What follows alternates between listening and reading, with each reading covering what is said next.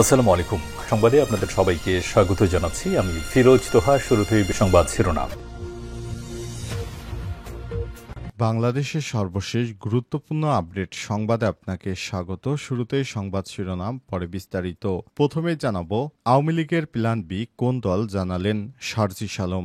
জাতীয় নাগরিক পার্টি এনসিপির মুখ্য সংগঠক সার্জিস আলম বলেছেন, প্ল্যান বি হল জাতীয় পার্টির উপর ভর করে আওয়ামী লীগকে ফেরানো। সেজন্য জাতীয় পার্টির বিষয়ে জিরো টলারেন্স, উত্তরপাড়া দক্ষিণপাড়া মিলে একাকার। আজ নিজের ভেরিফাইড ফেসবুক পোস্টে তিনি এসব কথা বলেছেন। তিনি বলেন, জাতীয় পার্টির মনোবাসনা কখনোই পূর্ণ হতে দেয়া হবে না।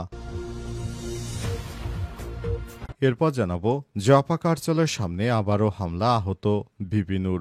জাতীয় পার্টির কার্যালয়ের সামনে পুলিশের সঙ্গে গণঅধিকার পরিষদের নেতাকর্মীদের সংঘর্ষের ঘটনা ঘটেছে। এতে মারাত্মক আহত হয়েছে নুরুল হক নূর। পরে রক্তাক্ত অবস্থায় নুরুল হক নূরকে উদ্ধার করে হাসপাতালে নিয়ে যান নেতাকর্মীরা। আজ রাত 9:30টার পর দ্বিতীয় দফায় জাপা কার্যালয়ের সামনে জড়ো হন গণঅধিকার পরিষদের নেতারা। এ সময় সেনাবাহিনী ব্যাপক লাঠিচার্জ করে। এদিকে দু একটি দল নির্বাচনী রোডম্যাপ নিয়ে ধসার সৃষ্টির চেষ্টা করছে অভিযোগ বিএনপি নেতা সালাউদ্দিনের। বাংলাদেশে দু একটি রাজনৈতিক দল নির্বাচনের রোডম্যাপ নিয়ে ধসার সৃষ্টি করছে। বিষয়ে কোনো সংশয় থাকলে আলোচনার মাধ্যমে সমাধানের আহ্বান জানিয়েছে বিএনপির স্থায়ী কমিটির সদস্য সালাউদ্দিন আহমেদ। এবারে জানাবো, ছাত্রদল নেতা জুয়েল মৃধা জামিনে মুক্ত।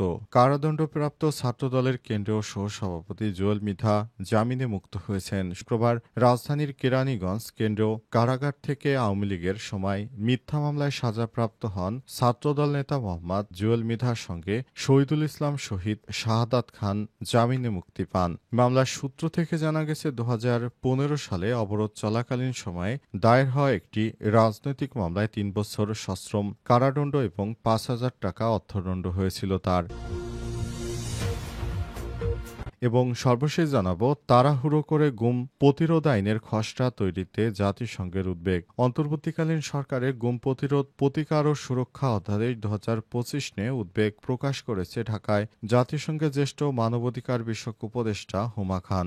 জাতীয় প্রেস ক্লাবে গুমের শিকার ব্যক্তিদের স্মরণে আন্তর্জাতিক দিবস 2025 উপলক্ষে আয়োজিত আলোচনা সভায় তিনি এসব কথা বলেন। তাড়াহুড়ো করে আইন তৈরিতে উদ্বেগ প্রকাশ করেছে জাতিসংঘ। প্রিয় দর্শক, এতক্ষণ শুনছিলেন সংবাদ শিরোনাম, এবারে বিস্তারিত। তবে তার আগে বন্ধুরা, অনুরোধ থাকবে সংবাদটিতে একটি লাইক দিন। এই চ্যানেলে আপনি নতুন হয়ে থাকলে আমাদের সংবাদটি দেখতে দেখতে চ্যানেলটি সাবস্ক্রাইব করে রাখুন। কমেন্ট করে বন্ধুরা আপনার মূল্যবান মতামত জানিয়ে দিন আপনি বিশ্বের কোন দেশ থেকে বা বাংলাদেশের কোন স্থান থেকে আমাদের সংবাদটি দেখছেন এবং শুনছেন। আর বন্ধুরা, এই সংবাদটি আপনার সোশ্যাল মিডিয়া ফেসবুকে শেয়ার করে বন্ধুদেরও দেখার সুযোগ করে দিন। এবারে বিস্তারিত। আওয়ামী লীগের প্ল্যান বি কোন দল, জানালেন সার্জিস আলম। আওয়ামী লীগের প্ল্যান বি চলছে।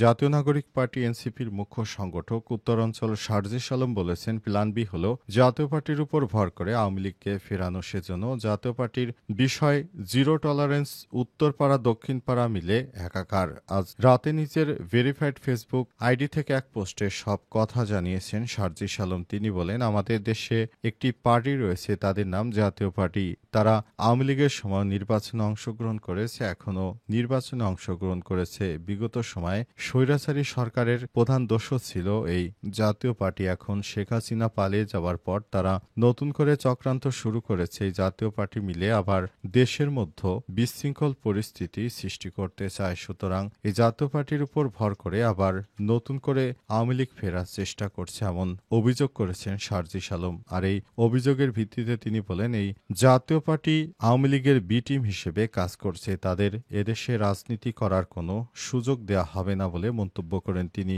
উল্লেখ্য, সার্জিস আলম বর্তমানে চীন সফরে আছেন। সেখানে এনসিপির নেতাকর্মীরা গুরুত্বপূর্ণ সফরে রয়েছেন। নাহিদ ইসলামের সঙ্গে এনসিপির উত্তরাঞ্চলের সমন্বয়ক সার্জিস আলম সহ আরও অনেকেই সেখানে অবস্থান করছেন এবং তারা ফেসবুকের মাধ্যমে বিভিন্ন বিষয় নিয়ে মাঝে মাঝেই পোস্ট করে মন্তব্য করছেন। জাপা কার্যালয়ের সামনে আবারও হামলা, আহত ভিপি নূর। আজ গণ অধিকার পরিষদের সঙ্গে জাতীয় পার্টির ব্যাপক সংঘর্ষ হয়েছে। এ সংঘর্ষের ঘটনায় গণ অধিকার পরিষদের প্রধান নেতা নুরুল হক নূর আহত হয়েছে। তাকে গরুর মতো পেটানো হয়েছে বলে অভিযোগ করেছে তার নেতাকর্মীরা। অবস্থায় ভিপি নূরের অবস্থা আশঙ্কাজনক হলে তাকে রাজধানীর ইসলামী ব্যাংক হাসপাতালে ভর্তি করা হয়েছে। অবস্থায় গণ অধিকার পরিষদের উচ্চতর পরিষদ সদস্য আবু হানিফ জানিয়েছেন, আমাদের নেতা ভিপি নূরকে গরুর মতো পেটানো হয়েছে। তার অবস্থা আশঙ্কাজনক। তাকে রাজধানীর একটি হাসপাতালে ভর্তি করা হয়েছে। গণ অধিকার পরিষদের উচ্চতর সদস্য আরও জানিয়েছেন, আমরা এমন বাংলাদেশ চাইনি, যে বাংলাদেশ চেয়েছি সেই বাংলাদেশ গঠন করতে পারিনি। আমরা নতুন বাংলাদেশের যে স্বপ্ন নিয়ে আন্দোলন সংগ্রাম করেছিলাম, সেই আন্দোলন সংগ্রামের পর আমরা সেভাবে আমাদের নতুন বাংলাদেশ গঠন করতে পারিনি। শেখ হাসিনা পালিয়ে গেলেও এখনো তার ফ্যাসিবাদী ব্যবস্থা রয়ে গেছে। সুতরাং নতুন করে বাংলাদেশটাকে ঢেলে সাজাতে হবে। এজন্য নেতাকর্মীদের একত্র হয়ে জাতীয় পার্টি বিরুদ্ধে আবারও রাস্তায় নামার বিষয় তারা একত্রতা পোষণ করেছেন। পরে ঘটনাস্থলে সেনাবাহিনী এসে জাপা নেতাকর্মীদের সরিয়ে দেয়। তৎক্ষণাৎ গণ অধিকার পরিষদের নেতারা ঘটনাস্থল ছাড়তে 10 মিনিট সময় নেয়। এর মধ্যে ঘটনাস্থল ত্যাগ না করায় সেখানে ব্যাপক লাঠিচার্জের ঘটনা ঘটে। এতে গণ অধিকার পরিষদের সভাপতি নুরুল হক নূর সহ অনেক ব্যক্তি আহত হয়েছে। দেশে দু একটি দল নির্বাচনী রোডম্যাপ নিয়ে ধোঁয়াশা সৃষ্টির চেষ্টা করছে, অভিযোগ সালাউদ্দিন আহমেদের। বাংলাদেশে দু একটি ইসলামপন্থী রাজনৈতিক দল নির্বাচনী রোডম্যাপ নিয়ে ধোঁয়াশা সৃষ্টির চেষ্টা করছে বলে অভিযোগ করেছেন বিএনপি নেতা সালাউদ্দিন। তিনি বলেছেন, এই ধরনের কোনো কর্মকাণ্ড আমরা বরদাস্ত করব না। তিনি আরও বলেন, আমরা মনে করেছি যে এমনভাবে দেশটাকে গঠন করতে হবে যে ভবিষ্যতে আর কোনো ফ্যাসিবাদী ব্যবস্থা যেন বাংলাদেশে ফেরত আসতে না পারে। সেভাবেই আমরা অন্তর্বর্তীকালীন সরকারের কাছে নির্বাচনের জন্য একটি আবেদনপত্র করেছিলাম। অন্তর্বর্তীকালীন সরকারের প্রধান উপদেষ্টা আমাদের আবেদনপত্রটি গ্রহণ করে সে অনুযায়ী তিনি একটি সুষ্ঠু সুন্দর নির্বাচন দেওয়ার জন্য তিনি তার প্রতিশ্রুতি রেখেছেন। আগামী বছরের ফেব্রুয়ারি মাসে একটি সুন্দর নির্বাচনের জন্য সব রকম প্রস্তুতি নিতে শুরু করেছেন প্রধান উপদেষ্টা। আর কয়েকটি রাজনৈতিক দল তারা নির্বাচনকে নতুন করে ষড়যন্ত্রের সৃষ্টি শুরু করেছে। সব ষড়যন্ত্র কোনোভাবেই বরদাস্ত করা হবে না বলে জানিয়েছেন বিএনপির এই নেতা। তিনি বলেন, নতুন নতুন ষড়যন্ত্র আমরা অনেকবারই দেখেছি, শেখ হাসিনা করেছে। সব ষড়যন্ত্র কোনো কিছুই টিকতে পারবে না। সুতরাং এসব ষড়যন্ত্রের কথা বাদ দিয়ে আপনারা নির্বাচনের প্রস্তুতি গ্রহণ করুন। আর যদি কোনোরূপ আপনাদের সন্দেহর সৃষ্টি হয় কিংবা দলাদলি বা কোনো মতামত থাকে, সেটি আমাদের সঙ্গে আলোচনায় বসতে পারেন। আমরা ঐক্যের ফাটল ধরাতে চাই না, ঐক্যবদ্ধভাবে আমরা নতুন বাংলাদেশ গড়তে চাই। এজন্য অন্তর্বর্তীকালীন সরকারের প্রধান উপদেষ্টা যে ঘোষিত সময় নির্বাচন দেওয়ার কথা জানিয়েছেন, সেটাকে স্বাগত জানায় বিএনপি, এমন মন্তব্য করেছেন বিএনপি নেতা সালাউদ্দিন আহমেদ। ছাত্রদল নেতা জুয়েল মিথা জামিনে মুক্ত।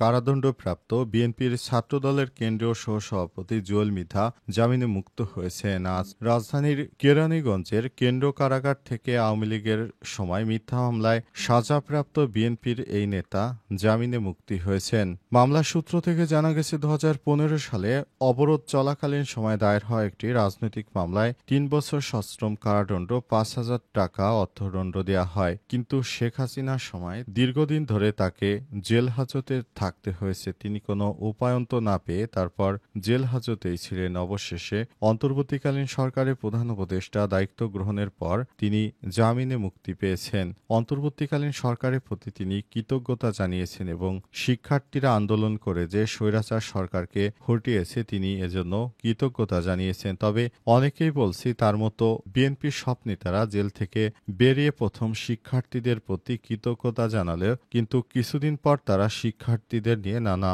উস্কানিমূলক বক্তব্য দিচ্ছেন। এর মধ্যে বিএনপির বেশ কয়েকজন বড় বড় নেতারা রয়েছে, যারা এতদিন ধরে জেলের কুঠরিতে বন্দী থাকছিল, কিন্তু 5ই আগস্টের পর তারা শিক্ষার্থীদের অবদানের কারণে মুক্তি পায়। কিন্তু মুক্তি পাওয়ার পরই তারা শিক্ষার্থীদের কাছে কৃতজ্ঞতা স্বীকার করলেও অবশেষে দেখা যাচ্ছে তারা সেই শিক্ষার্থীদের বিরুদ্ধে নানা রকম উস্কানিমূলক কথাবার্তা বলছে। বিএনপির নেতা নেতা জুয়েলও একই ধরনের কথাবার্তা বলছেন। তবে তিনি ব্যতিক্রমও হতে পারেন, যেমনটা বিএনপি নেতা বাবরকে দেখা গেছে। তিনি শিক্ষার্থীদের বিরুদ্ধে একটিও কথা বলেননি এখন পর্যন্ত।